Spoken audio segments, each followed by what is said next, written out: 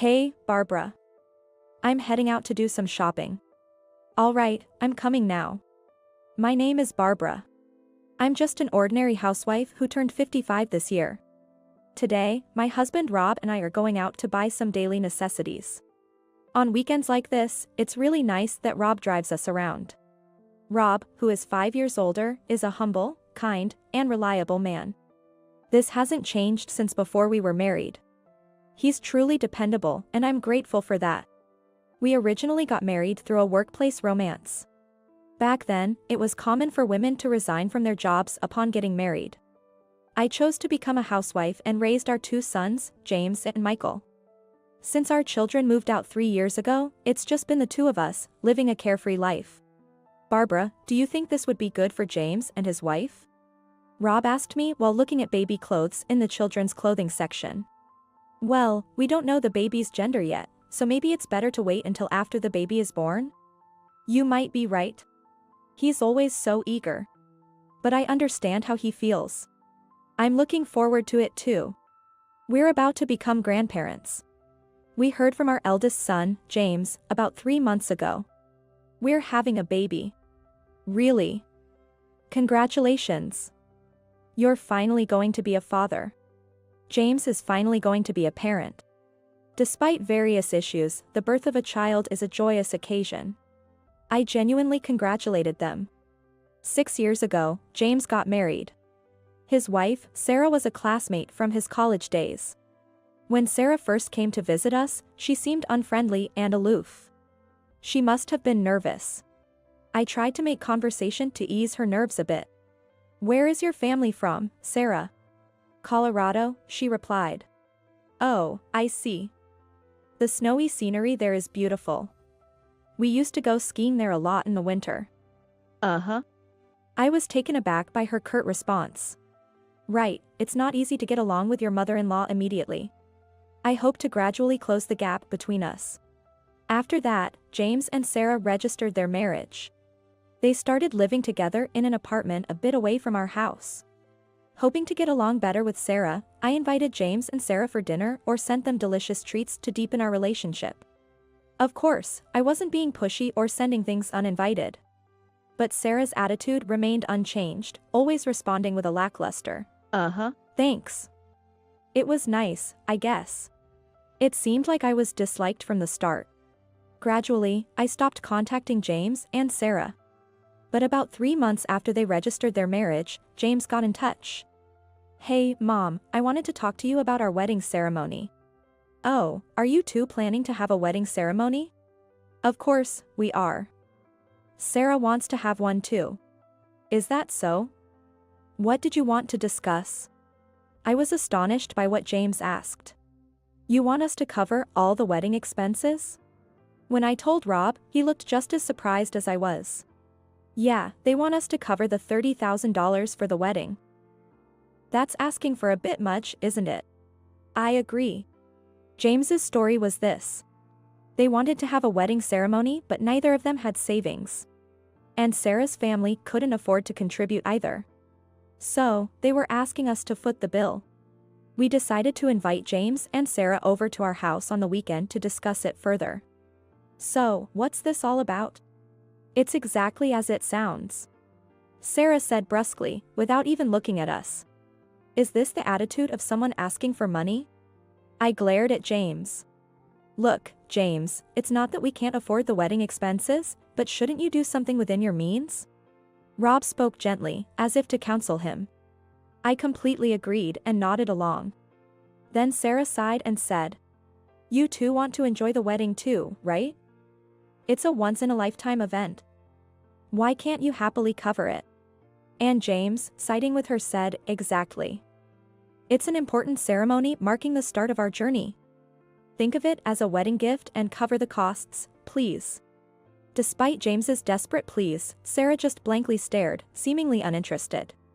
How can she be so uninterested to see her own husband pleading with his parents like this? But we couldn't refuse our own son's earnest request. We have no choice, do we? In the end, we agreed to cover all the expenses for the wedding. Sarah gave us a perfunctory thank you, but we were left feeling unresolved. They're young, maybe they don't realize how significant this is. After discussing it with Rob, we decided not to fuss over it and just celebrate the occasion. And then, 2 years after the wedding, we heard that James and Sarah were expecting their first child. As usual, there was no direct contact from Sarah, we only heard the news from James. However, filled with excitement and joy for our first grandchild, we wondered, what would be a nice gift for the baby? Is there anything they'd like to eat? We asked James to inquire with Sarah. For the baby gift, she says a car would be nice. It'll become necessary once the baby is born, right? And she'd like to have sushi at a high-end Japanese restaurant. We were astounded once again. Sarah really has some nerve. Obviously, we couldn't afford to give them a car, so we asked if there was anything else they might need. Then Sarah herself came on the phone. If that's the case, cash is fine. We can take care of what we need on our own. Well, cash seems a bit bland, so I'll send you a gift card instead. No, we prefer cash, please. All right then. I hung up the phone, suppressing my frustration. The birth of a child is a joyful event, but I just can't seem to warm up to Sarah. These thoughts were swirling around in my head. Then, 9 months after the pregnancy announcement, when I heard the baby had been born and thought of visiting the hospital, James said, "No. Sarah isn't feeling well right now. So, I'm sorry, but indeed, it would be bothersome to be visited right after giving birth. It's different when it's not your own parents, but your spouse is coming over, it wouldn't be restful." That's understandable. James, make sure you take good care of her. I know. I'll get in touch later. There will always be a time to meet after they're discharged from the hospital, so there's no need to rush. However, even 1 month, then 2 months after the birth, there was still no word from James. At first, I held back out of consideration for Sarah postpartum, but it was becoming too much with no contact at all. Could they be having a hard time with childcare? After much deliberation, I decided to reach out. Hello, is this Sarah? Yes, it is. How are you feeling? How's the baby? This kind of thing is really bothersome. She hung up on me just like that. Bothersome? Indeed, they might be going through a tough time with childcare. It must be physically and mentally exhausting. But still, isn't that attitude a bit much? Feeling a profound sadness with Sarah seemingly detesting me so. I just wanted to see my grandchild, even just a glimpse. And finally, after the child turned 1, I got to see them. I met them for the first time in over a year at a relative's memorial service.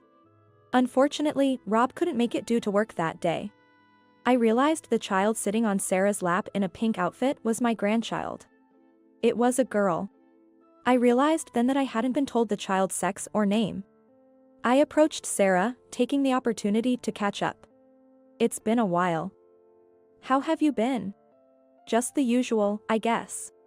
She was as curt as ever. Looking at the little girl playing on Sarah's lap, I asked, "What's her name?" "Emma." "Emma, that's a lovely name. May I hold her for a moment?"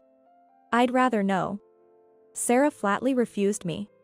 Seeing my astonishment, she went on to say, "Since we have the chance, I'll say it now. I don't intend to engage in family relations." Sarah looked at me with an expression of annoyance. "Except for ceremonial occasions, I won't let you see your grandchild, so please don't contact us unless it's necessary." With those parting words, she quickly left my presence. I was stunned for a moment, not fully grasping what had just been said. How could she say such a thing to the parents of her husband, especially after we had paid for their wedding? Why should we be treated this way? Furious, I wanted to confront James, but he had already left, presumably gone home. Unforgivable. I shared this story with Rob.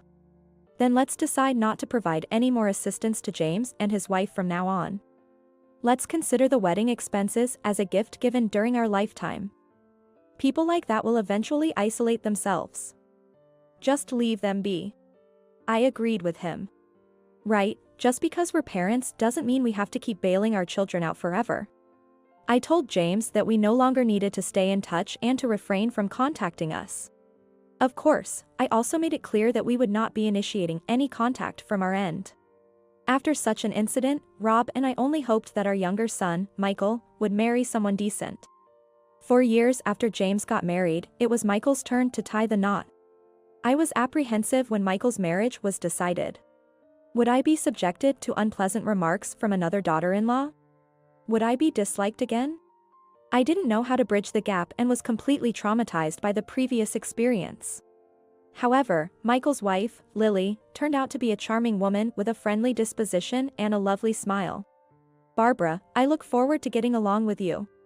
There's no need to be so formal. Just relax." We were reassured by her polite demeanor. "The time you spend as a couple is important. Don't worry about us." I declared from the beginning that I didn't want to repeat the mistakes made with James's family. It's better for both sides to maintain a respectful distance. But Lily asked, "Barbara, do you do yoga?" "I go to the gym once a week for it. It's surprisingly fun." "I'm interested in yoga too. Can I join you sometime?" she asked, striking up a conversation. Moreover, she mentioned to Rob, "Your golf bag is the same as my father's. Your dad plays golf too?" "Yes. He goes almost every week." "He'd be thrilled to know you like golf too." She engaged in conversation with Rob as well. Lily was a genius at socializing. She could smile and engage anyone in conversation, finding common ground and expanding the conversation skillfully. Lily and I quickly became friends, as if we had known each other for years. Since Michael and Lily didn't have a wedding ceremony, we gave them a generous gift. When their child was born, we sent many gifts and provided financial support. "It's too much for you to do all this." "It's fine. It's like having a first grandchild, so we want to do various things." "Thank you very much." Our relationship with our younger son and his wife was excellent. This was surely thanks to Lily. I was living every day feeling fulfilled. Then, one Sunday, Michael and Lily were visiting our house with their son, Bob. Today, Lily and I were going to cook fish stew together. From time to time, we cook together like this. Sometimes I learn recipes from Lily, who is proud of her cooking, and sometimes I teach her the tastes of our family's home cooking. "Ah, so you add sauce here. That makes the flavor seep in, making it delicious. I always learn something new with you, Lily." After finishing the preparations, Lily and I were having coffee in the living room. Rob had gone out to play golf, and Michael had taken the child for a walk. Lily and I were chatting while watching TV.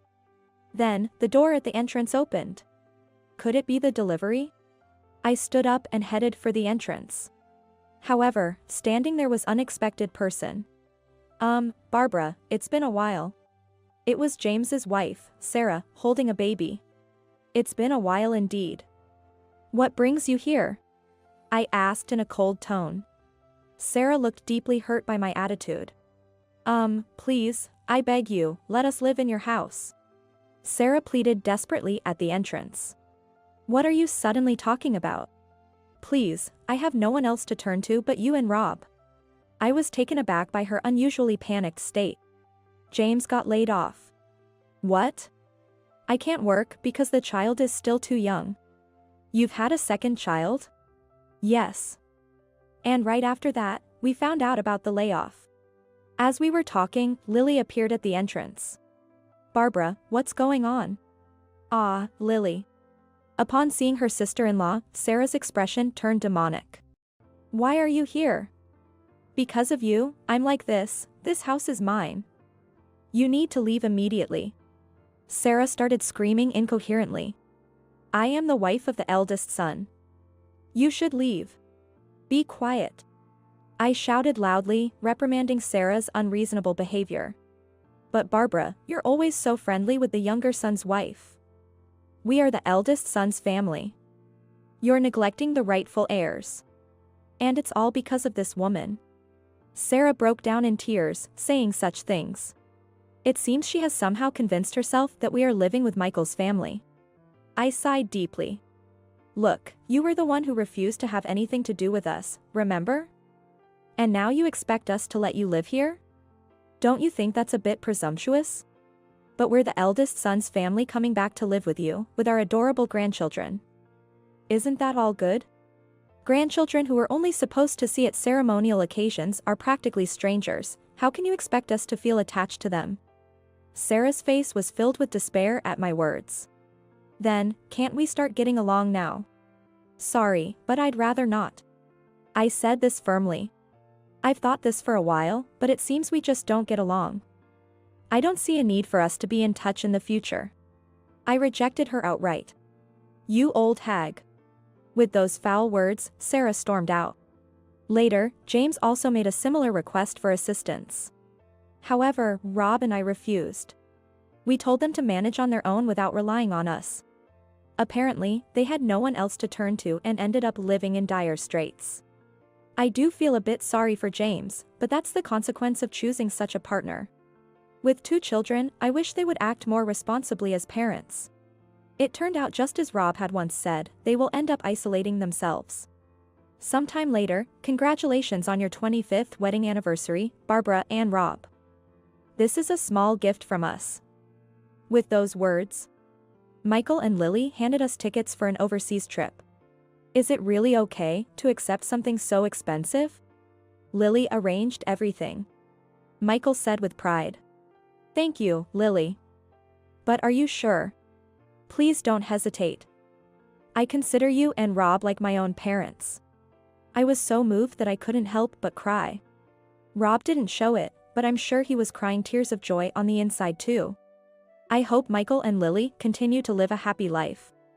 I couldn't help but feel that way.